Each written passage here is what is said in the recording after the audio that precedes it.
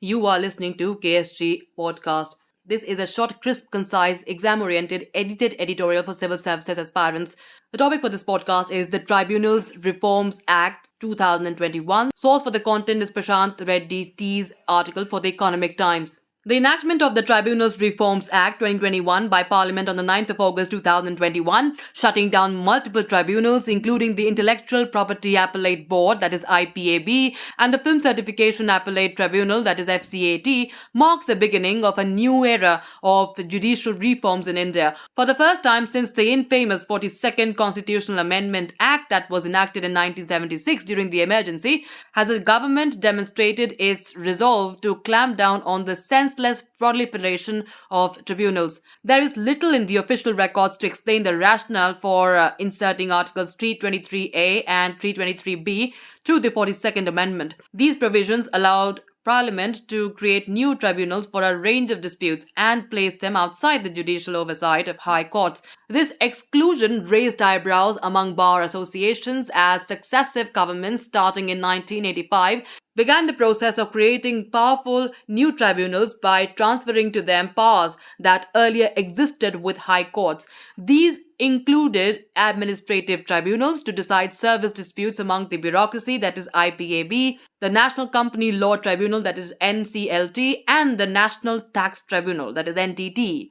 Unlike the high courts, which enjoy a general reputation of judicial independence among the bar associations, the independence of these tribunals was viewed suspiciously by lawyers. This was not just because of the appointment of retired judges and bureaucrats to them, but also because the government had overwhelming powers when it came to appointing and removing tribunal judges.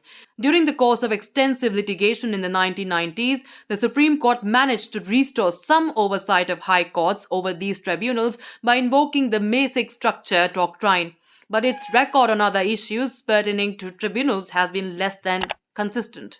It allowed NCLT to take over the company law jurisdiction of high courts but balked at the idea of NTT taking over the powers of high courts to decide tax cases.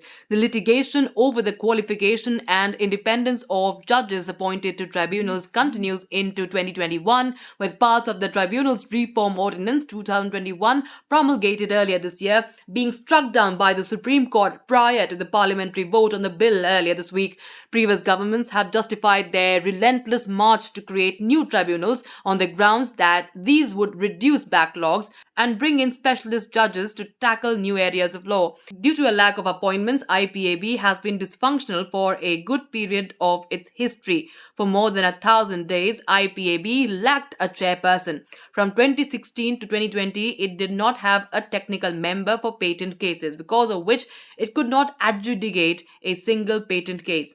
Even on the count of specialization, experience before multiple tribunals, including IPAB, has demonstrated that the so-called technical members, usually drawn from the bureaucracy, have added little to the quality of jurisprudence generated by these tribunals.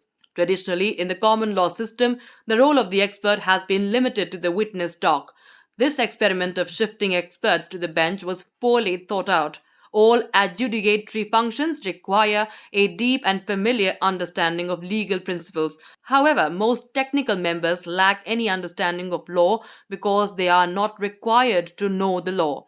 With other tribunals, such as the erstwhile Competition Appellate Tribunal, there is enough factual evidence to demonstrate that bureaucrats with no specialist experience in economics or competition law were being appointed to the post of technical member, thereby undermining the rationale of creating specialist tribunals.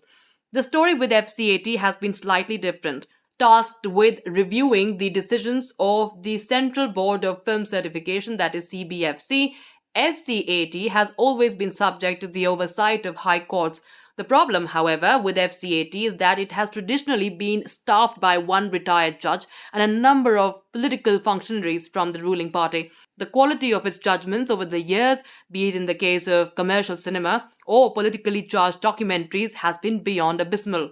While some in the Indian cinema industry have expressed their discontent with the dissolution of FCAT, as adjudication before high courts is likely to take longer, they should be rest assured that high courts are usually far more liberal than FCAT when it comes to free speech.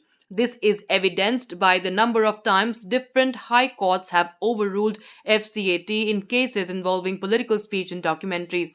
That's it for this podcast. Thank you so much for listening. To join KSJ India courses and to crack the ICE exam, visit ksjindia.com.